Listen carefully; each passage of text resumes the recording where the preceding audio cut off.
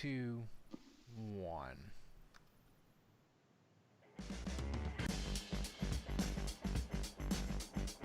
Welcome to the Saints Happy Hour podcast, featuring Dave Cariello, Andrew Juge, Ralph Malbrough, and when he decides to show up, Kevin Held. We are the perfect blend of Saints sincerity and stupidity. Gets out on the field and is doing like weird thumb stretches and on national television and looking like a goddamn weirdo. This guy is not... Got way too excited there. This guy's not going anywhere. People in your house again that you don't know who they are? Yeah. And now, here's your host, Ralph Malbrough.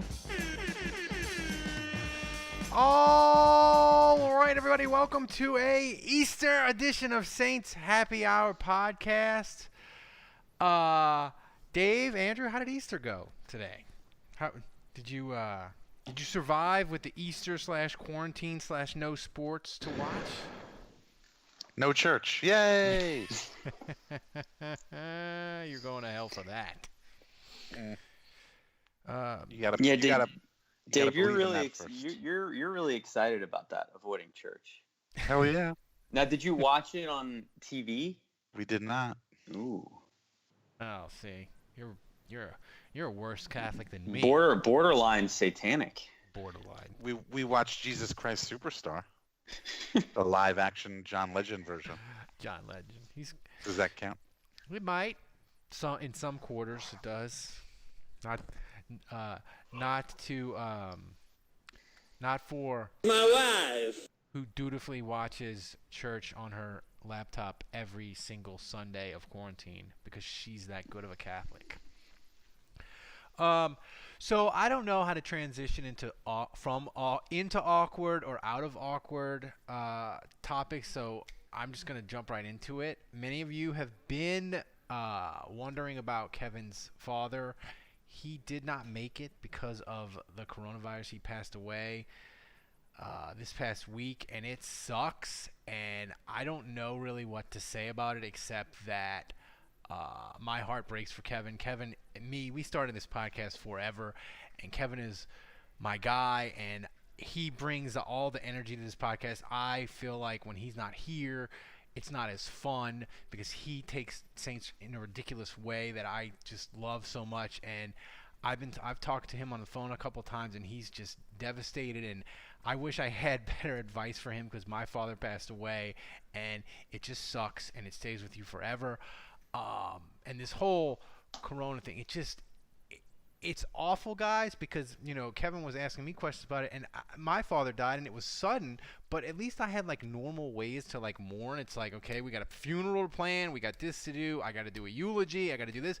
Like, with coronavirus, it's like you have a funeral, it's like 8 people, no one can go. It's just awful in every sense of the word.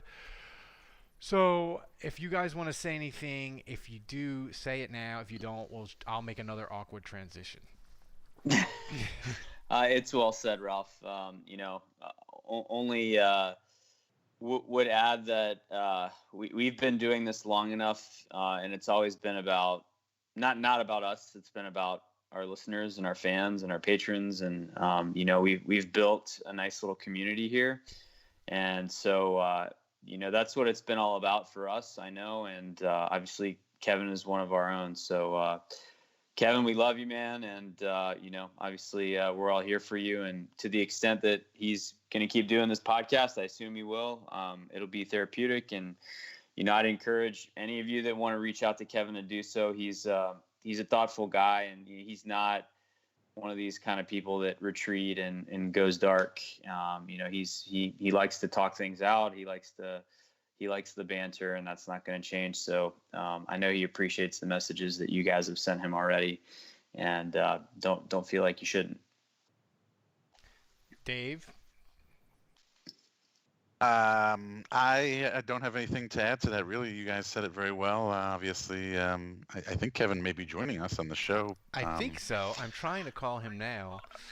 But obviously, my condolences to Kevin and his whole family, and I have not had to go through something like that, so I can't begin to imagine what that's like.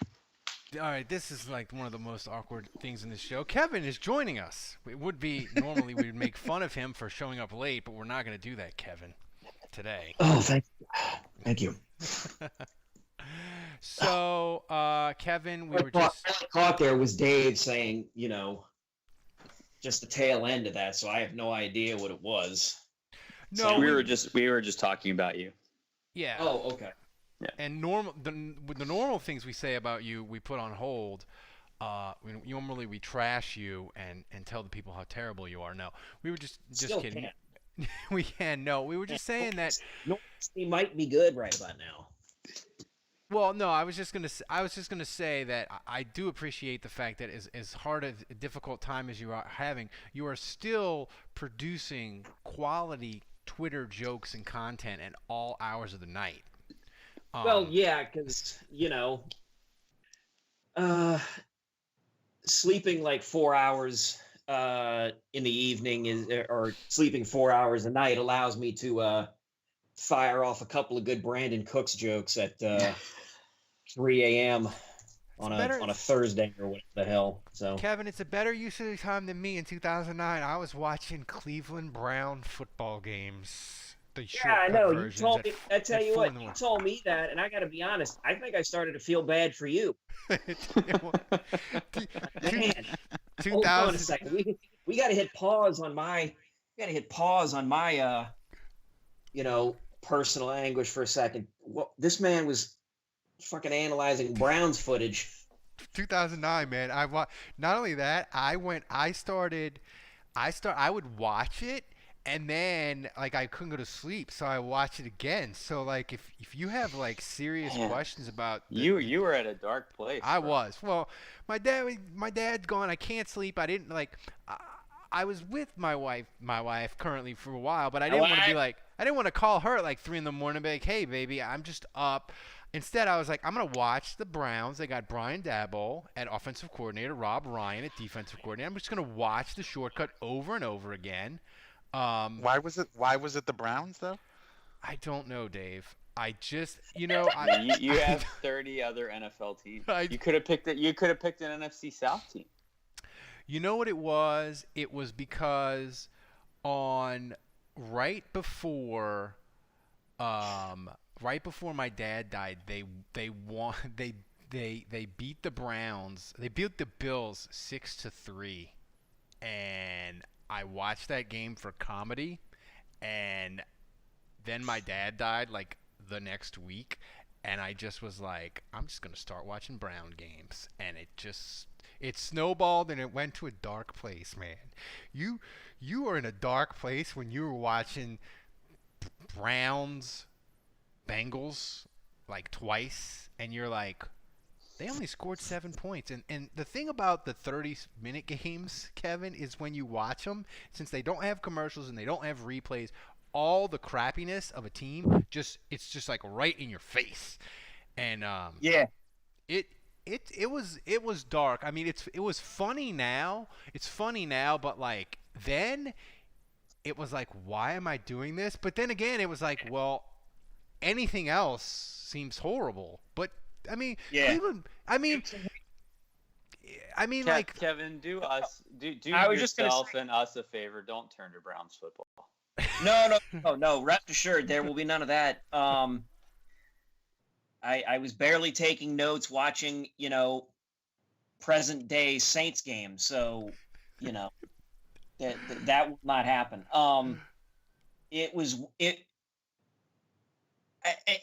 Oh man, I'm trying to figure out how to transition to this, but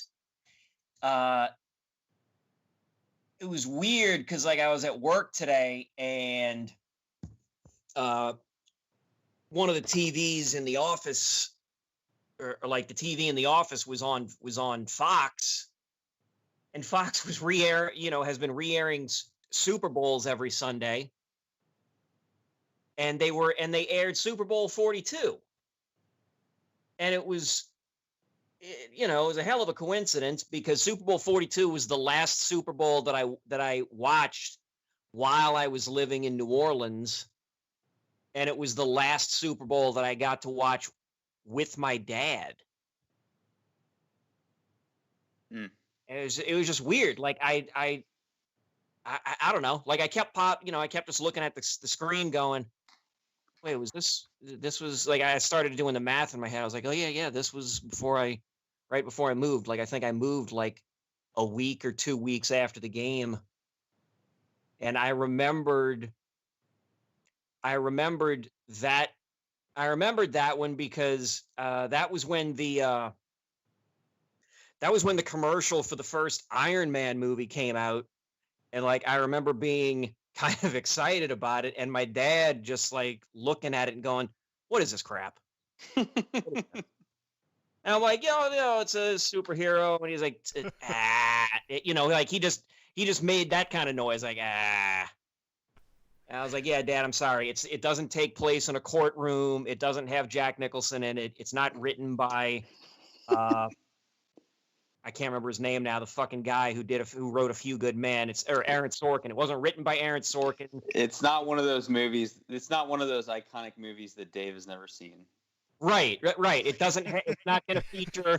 It's not going to feature an ensemble cast of like tremendous like low-level A actors or B actors or whatever. It's a movie about a guy in a suit that shoots shit, Dad. That's what it is. And your dad sounds like a guy. Yeah. Your dad sounds like a guy like my dad. Did your dad like the TV show Jag? Jag. My dad. He really liked Blue. Oh, that sounds about right. My dad, like he just give him cop shows, give him cop shows, give him some doctor shows that are more about where the drama is more about the medicine and not the the people, not the interpersonal relationships of people. Like he had very little time for that. My dad threatened to write a letter to CBS when they canceled Jag. Oh jeez. I was like, what? My dad was never a write-in. He was always just blow the gasket, blow out the lines in the living room, in the dining room, in the kitchen, wherever, but never actually do anything about it. Complain about something, but don't do anything. And then ultimately sort of just come and say, what are you going to do? See, we were worried about my dad because he was like that too. But then when he threatened to write a letter, we thought, like, oh my God, this is serious. Like, he's gonna write a letter about Jag. Of all the shows to write in about, Jag. See, that's why that era, they really needed Reddit and Twitter. No. Like I would be mortified if my dad. Okay, so one thing, my dad hated social media in general because he was always convinced like that's how they get you. Who is they and what are they getting? They're getting you is what it is. They are coming to get you. Like I shared a photo like years ago when I took a trip back home of my brothers and my brother-in-law and me with him, and I put it on Facebook, and I was on the phone talking to my mom, and I could hear him yelling in the background, like, "Is that Kevin?" And she'd be like, "Yeah." "You gotta tell him to take that picture off the thing. You gotta take that picture off the computer." And she just relayed that to me. It was like, "Yeah, he doesn't like his photo being out there." Yeah.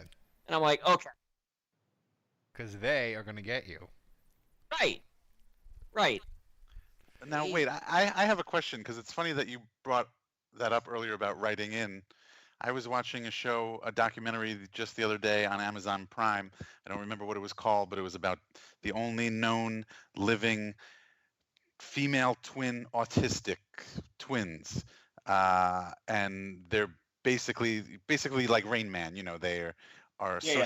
socially weird, but they could tell you exactly what they ate on any given day date of the week that you mentioned or anything, and they just have a totally photographic memory. But they were huge Dick Clark fans, and when $100,000 Pyramid just suddenly got taken off the air, that rocked their world, because like that was their thing, and they're autistic, and like when you change something in the daily Yeah. routine of an autistic person, so they kept writing into the network or whatever. But that's my question: is who are you writing to? Where do you get the address?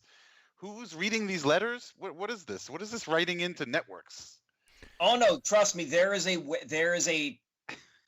always an address to write into. There is always and believe me, there is a physical address. Pre-social media, man, Dave. That's how you voiced your displeasure with television, man. They had the biggest thing in the 80s was like some woman got mad at Married with Children and like got a letter writing campaign going to try to get it off the air. It's not just like Twitter nowadays where you just fire off a tweet and it can go viral, man. You had to sit and write a letter and get organized and all kinds of shit, man. Yeah, I guess you sent it to like the vice president of Fox or something, right? I don't know, but there's always a physical address where you can send this stuff, and somebody will open that your goofball letters and look at them. Whether or not it goes anywhere is whatever, but somebody will look at it. All right. Well, these kinds of people find Ralph, apparently. Well, I know you don't get mail, Ralph, but you do get emails. I do get emails from, well, not now so much because I'm not writing columns, but it'll crank back up when I write my draft column for WWL and when the season starts. But speaking of mailing it in, Drew Brees has decided that he's signing with NBC, Andrew, and post-football career. And I don't know about you, but if he's decided what he's doing post-football, that means he is 100% fucking done after 2020. Yeah, this is it. And Sean Payton said it was it, and then he backtracked and said, I don't know what I'm talking about, but this is it. So I do think it's the Brees farewell tour. It's the Brees farewell tour. And start printing the shirts.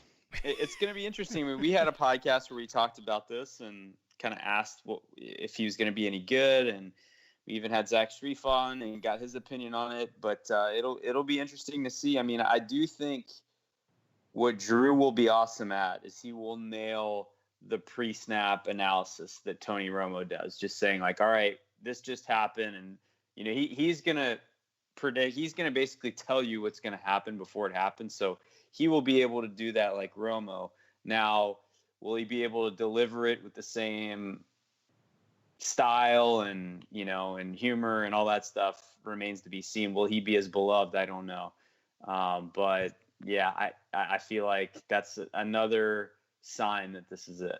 Kevin? Now wait, is he going to start immediately on Sunday Night Football? No. I saw that he was going to be doing the Notre Dame games. So he's doing the Notre Dame games, and he's going to be doing the pregame for Sunday night. But eventually, they're hoping that they can groom him to be. Right. So Kevin, if he can push Chris Collinsworth out of our lives, would that be the greatest gift he could give to us? I wish Collinsworth would go somewhere else. And Collinsworth gets a lot of heat, but man, I mean, there's much worse. No, I would rather Collinsworth leave and go replace Aikman, and then we've got Brees, Collinsworth, and Romo. That's the ideal situation. Kevin, I feel like I'm on an island here. I hate Collinsworth. God, what is with? I don't know if I would say I hate Collinsworth, but he's definitely. I dislike him. Like I don't. I mean, Joe Buck, Rondé Barber, before Romo, Booger McFarland. Oh, no, you can get rid of Rondé Barber and Chris. What the hell's his name? The guy that used to be here at Channel. Chris Myers. Yeah, Chris Myers used to be at WWL. He's pretty bad at play-by-play. But I mean, him and Rondé Barber, they can go. Like, and here's the thing: I don't think Joe Buck is, I don't think Joe Buck is that bad. I think him and Troy Aikman needs to be shaken up. Insufferable. I think I don't hate Buck like everybody else hates Buck. I think if you moved Aikman elsewhere and put a different person with Buck, you'd probably have a better overall broadcast. Buck needs a funner person with him. Yeah. Like, I think Troy Aikman is too boring and never says anything interesting. Joe Buck almost needs like a big personality. If stopped Aikman and Romo, you might be better off. The one thing I will say about Collinsworth, did any of you watch the replay they did from 2012 where Drew Brees broke the touchdown record? It was on, like, I think either last Friday or the Friday before, and Collinsworth was like so surprised that the Saints defense was awful. He's like, I don't know what they're doing. It's like they didn't even practice. That's a simple play and no one's there to cover it. I'm like, Chris, this is the worst fucking defense of all time. And they're 0-4. Like, why are you surprised that they're just so trying to be nice, terrible? Ralph. He's just trying to be nice. I guess so. I mean, it's really nice, like that train wreck. So can we all agree that Booger is the worst? And I say that as a total Homer LSU fan. Yes. I mean, I had somebody on Twitter say the only person that was worse than Booger was Dennis Miller on Monday night, and I fought them for like 30 minutes. I love Dennis Miller on Monday Night Football. Dennis Miller never. Like, here's the thing. I used to really like Dennis Miller Miller bombed, man. He bombed, in my opinion. Here's the thing. I would say, and I loved this guy too. I would say Tony Kornheiser bombed more than Dennis Miller because I agree with that. Because Kornheiser would interject himself a lot more into the broadcast. Dennis Miller would sort of just sit back in the tall grass and then come out with some weird, reference to, the Byzantine Empire over a 7-yard, slant pattern or whatever. And then, in the last 5 minutes of the game, when they've all got their suit jackets off and they're just shooting the shit, he starts throwing in a lot more weird esoteric nonsense. And it's like, okay, I get it. That is not everybody's cup of tea, but he knew to just sit back and wait. Kornheiser was Fredo made a good point. Jason Witten, terrible. Oh, God. Jason. Yeah. Jason Witten was so bad he went back to football. Yeah. He was so, like, I don't know who decided, like Tony Romo, I kind of understand. I was like, oh, that's interesting. They're he's going to go to see. Like, I don't remember anybody when Jason Witten was playing that's like, he's going to be a great announcer like Jason Witten. I didn't remember that at all. So, speaking of things that made us laugh, Dave, Brandin Cooks got traded again. The weird thing with him is he keeps getting traded and he keeps delivering value. Like, the Saints traded him for a first and a fourth. New England traded him to the Rams for a first. The Rams traded him to the Texans for a second. So, like, he keeps getting value so teams obviously find value in him, but him getting traded so much is just LOLs. Well, I mean, like, with the Rams, part of it was like his contract, right? They give him a terrible contract extent from the team's standpoint. They gave him a terrible contract extension. I mean, they just had to dump him, right? Well, the Saints traded him in year 4, before the option pickup, and they got a first for him on his rookie deal. And then the Patriots traded him after picking up his 5th-year option. So the Rams had to pay him. They gave up a first and then gave him an enormous contract. Yeah. He got traded. I'm shocked with that contract and that concussion history. I actually am surprised the Rams got a second for him. Well, it's the Texans on the other end of the deal, so that should explain everything. I mean, really, it's ridiculous now when you look at this. The Texans traded away their great receiver for a second-round pick. Then they used that second-round pick to get Brandin Cooks, who is, in my opinion, a downgrade over who they had. They should have just stayed with what they had. Dave, that's not your opinion. That's fact. Yeah, Kevin, the Rams have $35 million of dead money. I thought Loomis, after getting rid of Junior, and the Saints had like $22 million in dead money, that was insanity. $35 million of dead money.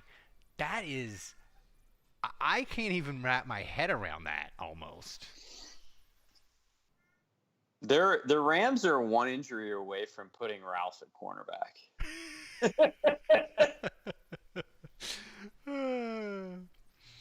I mean, it's possible, but here's the thing with Brandin Cooks is people say, he's kind of difficult in the locker room, but I mean, I'm surprised he's been traded so much because he was good in New England. He was good with the Rams the first year.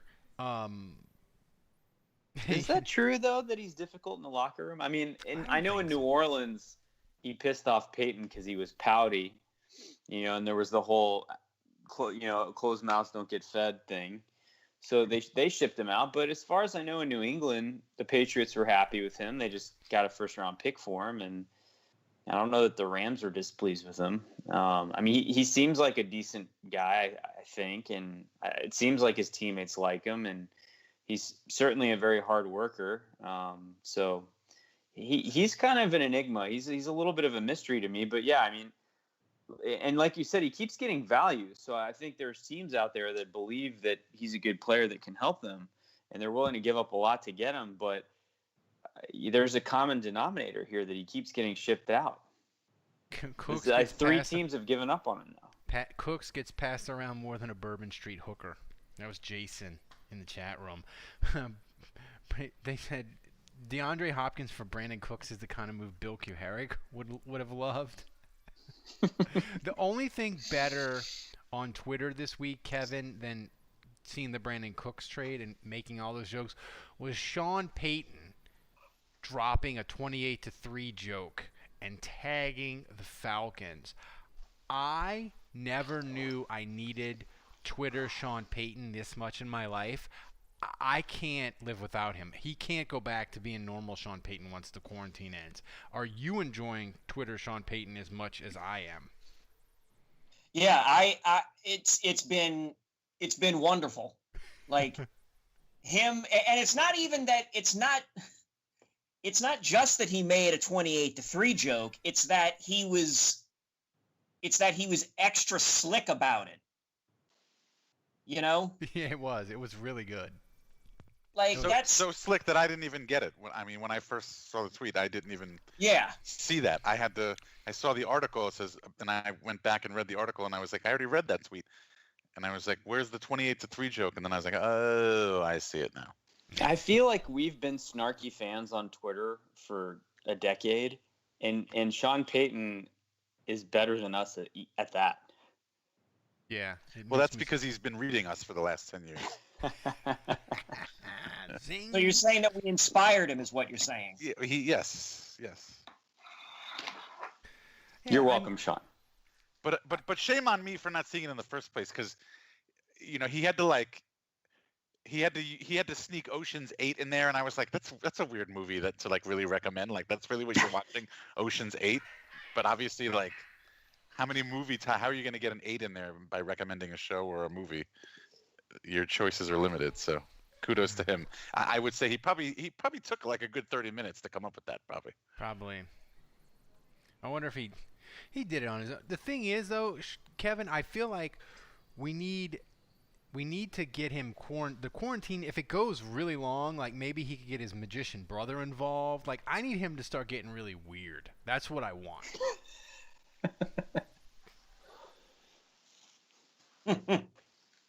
He needs to tweet during the draft. Kevin, does he have I'm 100% convinced now Sean Payton has a burner account, and I want to locate Oh, him. absolutely. I guarantee you he got one of his kids to set him up with a burner account. We need to hunt that burner. And he knows, like, he's definitely got a burner account, and he's probably had the burner account for a while now, and I'm sure the burner account looks absolutely normal. And I just hope he's smart enough to switch back and forth on it, and not make some obvious faux pas that leads to him tweeting something positive from the Sean Payton account about Sean Payton. I think his burner account is that. Who was that guy that was the Ken Crawley lover? Oh yeah, Billy Bando. Yeah, Billy Bando. That's Peyton's burner account. No, one of my favorite Peyton tweet during this quarantine was the one where his daughter Megan Peyton tweeted, and she was like, "Happy birthday, Will," and Sean quote tweeted, and he was like, "Happy birthday, Will," and Megan, who's Will? So I think Sean Payton's burner account, Kevin, is probably like Nola No Call, and it's got like Roger Goodell with like devil horns drawn on it. Yeah. Yep. Do we know that F. Goodell is not Sean Payton? I believe it. So we're 11 days out from the draft. So as we get closer, we do fun mock drafts in the simulator. Me and Andrew, you should sign up for the daily podcast, $10. You get your Saints podcast every day, plus cool swag, and $10 you get the Crew to Taysom Cup. We're trying to get those shipped out before they close the post office permanently. Apparently, that's on the horizon. So me and my wife desperately trying to get those Crew to Taysom Cups out to everybody before the post office apparently gets closed forever, or they sell it to Amazon for $1. So we do fun mock drafts. So today we're doing a mock draft. We are going to do a draft simulation of names that I cannot pronounce. So this is the key. So the Saints are on the clock, gentlemen. So names that I cannot pronounce. Here's one. I think this guy would be the number one pick. Andrew, you actually watch draft film, so maybe you know who he is. I've never heard of him. He's a tight end from Missouri. His name is Albert, is his first name. I'm going to spell his last name for you. It's O. Oh, yeah. No. I know who you're talking about. This is a great name, Ralph. His name is OKWUEGBUNAM.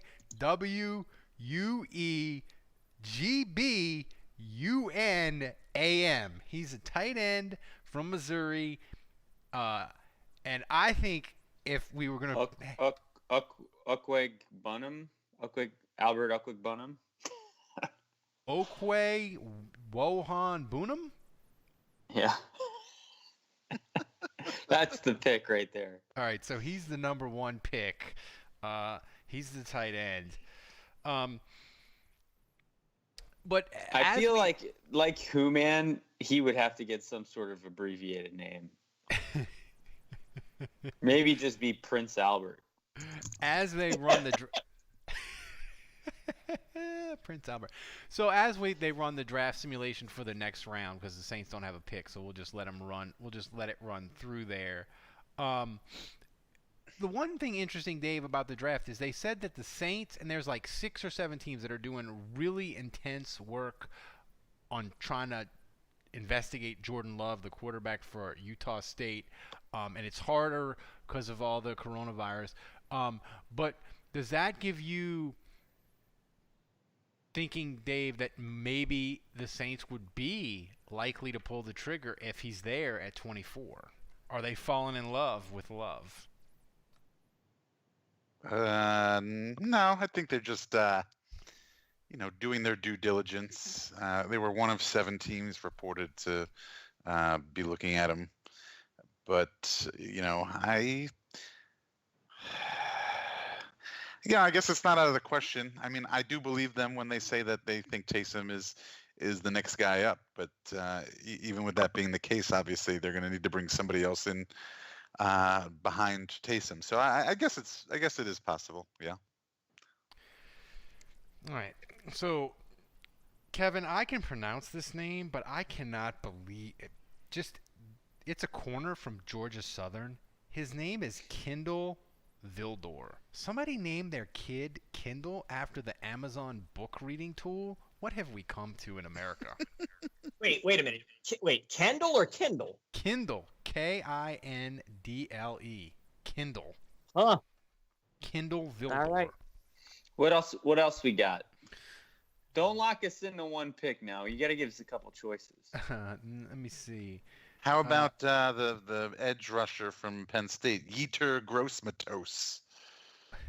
I have. Is that a real person? Yeah. Yetur Gross-Matos. I got an edge rusher from Illinois, Oluwabetiku, Olumawole Betiku. There you go. That's the guy I want. He's got great bend. I'm partial to him. How about the cornerback from Auburn, Noah Igbinoghene? Igbinoghene? Kevin, what kind of name what is a great pick for me to mispronounce? Do we want it to be a name that I just mispronounce a couple of times? Do we want it to be a name that I merge with another name? Like, what makes a great draft pick that I would fuck up as their name? Well, dude, you were screwing up Stalwart. I mean, you screwed up Stallworth a couple of times. So I did. See, that's the ones I prefer, honestly, is the ones that aren't hard. right. I like it. I like it when we get Akeem Hicks and then Hakeem Nicks and just forget it, Ralph. That's the ultimate to me. That's my favorite. When you get two that sound alike and that could be interchangeable. Yeah, maybe try to draft a guy that has a name that resembles another Saints player very closely. I've been looking. We're going around 4. Kevin, there's absolutely no way in hell the Saints would do us a solid and actually do what me and you have been begging them to do for years and trade down during the Zoom draft of 2020. That's off the table, right? Listen, I'm still going to hold out hope for some. What I'm really holding out hope for is that somebody hacks into the Saints Zoom account and actually does the trade down for them, so that way Coach Payton can't do a trade up. You could hack into Zoom and as Sean Orleans, and then do like a wrestling Snapchat thing where you turn into like Ricky Steamboat or the Dream Dusty Rhodes and trade down with the Titans for like their first and second round pick or something. I would go for that. We're gonna need a first and second round pick there, baby. The one thing I didn't know on Zoom is tip kids. You're in a meeting, your quote unquote private conversations that you may chat in the Zoom meeting with people, that goes in the Zoom report that everybody will see. So careful what you're doing. You think you're chatting privately in the Zoom with someone and you're not. Just a heads up. Donovan People-Jones, I feel like that sounds pretty normal, but I could butcher that 3 ways from Sunday. And Mitch, or like Joshua Kelly, I could call him Rob Kelly. Like, ooh, yeah, I like that. You know, or like Keith Ismail, I could call him Rocket Ismail, or who was the bro? Didn't they didn't have Rocket Ismail? Quadri. They had Quadri, yeah. See, Eno Benjamin could be fun. Aaron Sipos, he's a punter from Auburn. ARRYNSIPOSS. That could be fun. Or Calvin Throckmorton. See that? Oh, I saw that name. I like that name. So my coworker is his cousin. Oh, no joke. Is your coworker a Throckmorton as well? No, his last name is Jaspin, but they are first cousins. Kevin, how many weeks before I would call him Cock Martin? Week 1 of training camp. I like that. We're going Cock Morton in round 5. So Calvin, he's a guard, so Andrew, he feels a need. Right? Yeah, I think he played tackle at Oregon, but yeah, he's bounced. He's played every position. It's really, really funny that you guys are drafting him on this podcast because I have heard my coworker talk about. I've worked with this guy. I've been at the same company for 17 years, and he's been there the whole time too. And I've been hearing about him, Calvin Throckmorton, for like the last 10 years. This dates back to like when he was a freshman in high school, because you tell you, dude, my cousin's so good. He's getting like all these offers. And I'm like, yeah, okay, whatever. And like last year he was, I think, second or third team All-American. And he got injured, but before the injury, some mock drafts were putting him in like the first and second round. So my coworker was off the charts obnoxious about this guy. He's currently ranked 138 on CBS Sports. At one point, he was like top 60, and my coworker was going nuts. Anyway, Throckmorton. It would be nice to get him drafted because then I could pump my coworker for information on the Saints. So before we get out of here, it is Easter, and I wanted the ridiculous topic question because I see people fighting about this on Twitter. The best, worst Easter candy. Kevin, best, worst Easter candy. Best, worst? What does that mean? Like your best. That means pick out what you think is the best and say what you think is the worst. Oh. So for instance, my worst candy would be Heavenly Hash. Worse Okay, than I Peeps. can get on board with that. Worse than Peeps. You hate Peeps? Peeps are disgusting. They're the fucking like- best. They're marshmallows with sugar on top. You know, Peeps are What the fuck is Peeps wrong are with just you, Ralph?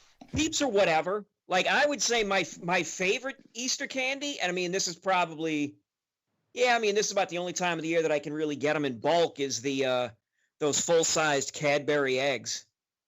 The regular ones or the caramel ones? The regular ones. See, I like the caramel ones. Well, but that's fine. It's a Cadbury egg. I picture Ralph stuffing 3 of those in his mouth and taking a shot of bourbon. You're probably right. I could try. Throck out with your cock out. We could make that a shirt for $50 I'm already a thinking. month. That's what I'm coming up with t-shirts right now. Anyway, there are a lot of people that are fan of Peeps like myself who believe that they actually taste like better if you open the package, you let them sit for a few days. And people have done like studies on this, and I think there's like an optimal time, like 2 days or 3 days after you open it is like. Stop it! No one like has the done ideal this. time. No one has done a study on this. What are Yes. you talking about? You could Alright. open a Peep and eat looking it this up. 5 years Listen later. to Dave. He's like, oh yeah, there was some Stanford guy that had I don't this know if it was journal in Stanford. his I don't know. in his, I don't think it was Stanford scientific. Medical Journal about Peeps sitting out for more than 74 that. hours. You could put a Peep out for 5 years and it would taste the same as if you opened it fresh today. Because it's Yeah, got so many terrible. because it's got so many chemicals in it. I hate Peeps. My second favorite is the Here we go. This is Butterfinger from the eggs. Washington Post. Oh my God. Like fine wine and good steak, aging Peeps is an art. But how stale is just right. You are just making this shit up as I you am go. not. I'm going to send you the link. Yeah, totally. So they did, they did an experiment. This is the Washington Post. They did an experiment. Anyway, So you're saying Peeps is like South Korea? It's like cabbage. They call it kimchi. They bury it in the ground, and they let it ferment for like 5 years, and then eat Yeah. it. Are you saying that's like except a Peep? yes, except a lot shorter. So the result of this one was they thought 1 day of aging is the sweet spot. So you actually do this, Dave. You actually take Peeps out of the package and then you just let open it sit there on your counter for days. No, like 2 days. I like them. I'd say 2 to 3 days. You are sick, man. You don't take. You need help. It's not butter. You don't even take it out of the packaging. You just remove you just expose it to air. You just remove the cellophane, or you just open the cellophane. I mean, can we just talk They're about so good. your garden So variety Reese's peanut butter cups or something? Kevin, I'm not even horrified that Dave lets his Peeps marinate on a counter. I am horrified. Like, this may be the craziest topic that we've ever had on this podcast, and we've discussed a lot of insane things. Dave telling Here's another us article on the Tilt. optimal way to eat a Peep. Yeah, there's another article on Tilt about which is better, fresh Peeps or stale Peeps. Oh, Jesus. how many Peeps can you eat in one sitting, Dave? How many can I eat? I could probably eat. Okay, you know how they come in like the box, where there's like 5 in a row in a box? Yeah. Yeah. I mean, I could probably eat like 2 of those maybe, but I wouldn't. 2 Dave. boxes? Yeah, How many boxes if they had been opened and sitting out for a couple days? it'd probably be easier because they'd be more delicious. Kevin, how many Cadbury eggs can you eat in one sitting? Oh. Could I? See, I don't even want to think about could, because if I've eaten 3 of those like back to back to back. Ugh. And let me tell you, I feel like if I would have even had just one more, I probably would have I probably would have been having visions like the end of 2001: A Space Odyssey. Like, there's that much concentrated sugar in that goo inside the Cadbury egg on top of the chocolate. Goo. Let me tell you, I went about. There was a time I went about like close to a week without having anything super sweet, like no soda, no nothing. And I bit into a Cadbury egg. I ate one of them. It was like And heroin. I could feel my eyes dilating. And Cadbury egg is also on my list. That's Cadbury cream egg, Cadbury caramel egg. Those are. How many days do you let that sit, Dave? No, that you eat fresh. That you definitely need to eat fresh. I can't. Who? Oh yeah, you can't let the goo go bad.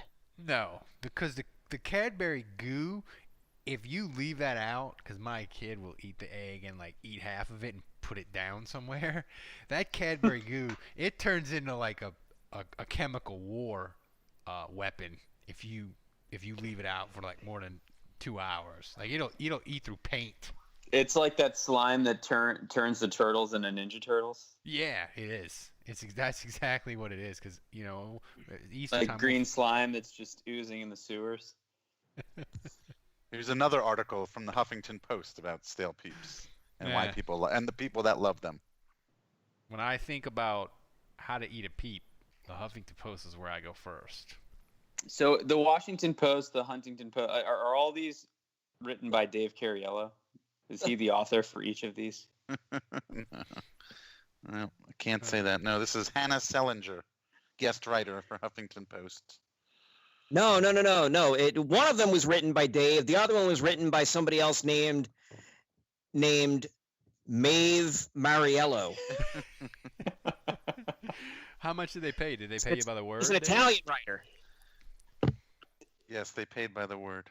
Did we finish the mock draft? We did. Did we get We okay? I only So did. We only did. can we re-sign Obum Gwacham while we're at it for shits and giggles? He was in the XFL. Rip the XFL. I'm glad I got my Roughnecks merch, because that Roughnecks logo was sweet. So just a reminder, everybody, that the draft is coming up. We'll do something for the draft. We'll live stream when the Saints pick comes up, and I'll try to to not be outside like I was last year when the Saints traded up and I came in and Andrew's like, "Where the fuck you been?" I'm like, "What?" He's like, they traded up. I'm like, "What? Are you joking?" He's like, "No. Where have you been? It happened. It's done." I'm like, "God damn it!" So You should have known they were going to do that. Yeah, no kidding. Like, how is that a surprise? Ryan, irresponsible on your part, man. Come on. You don't go anywhere during the first round of the draft. Well, it is correct. It was a failing on my part, but people that if the Saints are 20 picks away, you're in the danger zone. Right. Fair. It's fair enough. Fair enough there. But guys, thanks for joining us. But that's what I wanted to talk about. Andrew, because he's quarantined and losing his mind, he graded XFL game footage because the Saints signed an XFL player. Andrew went and graded all 5 of his XFL games, and if you're a $10 patron, you can read it. Andrew, before we get out of here, tell the people what you did. Yeah, so Monadula, he said, "Hey, you promised that you were gonna watch every game of free agents and give us a write up on it, and then do a podcast on it. Where is the Deatrick Nichols stuff?" Deatrick Nichols is the cornerback that the Saints signed from the Houston Roughnecks, who played in the XFL and led the league in interceptions. And I was like, well, man, I watched this on Game Pass, on NFL Game Pass, so I can't watch his games. I wouldn't even know where to find XFL games. But a quick search revealed that obviously the XFL could care less about copyright laws because all their games are on YouTube, every single one, from start to finish. And there were 5 games, so I went ahead and watched all 5 and graded them out. And so if you're a patron, you can actually access that content now. If you're a $10 patron, that is on our podcast website. And Ralph and I will also be doing a podcast reviewing what I saw. Kevin, what's more of a cry for help? Watching XFL games on Easter weekend or watching 2009 Cleveland Browns games? Man, this ain't even a fair question, man. It's the Browns footage. Browns footage, man. Except, look, everybody, you bag XFL all you want, but it's current. It's current. It was current football footage, and these people are being signed by teams. It is. I miss the XFL, man.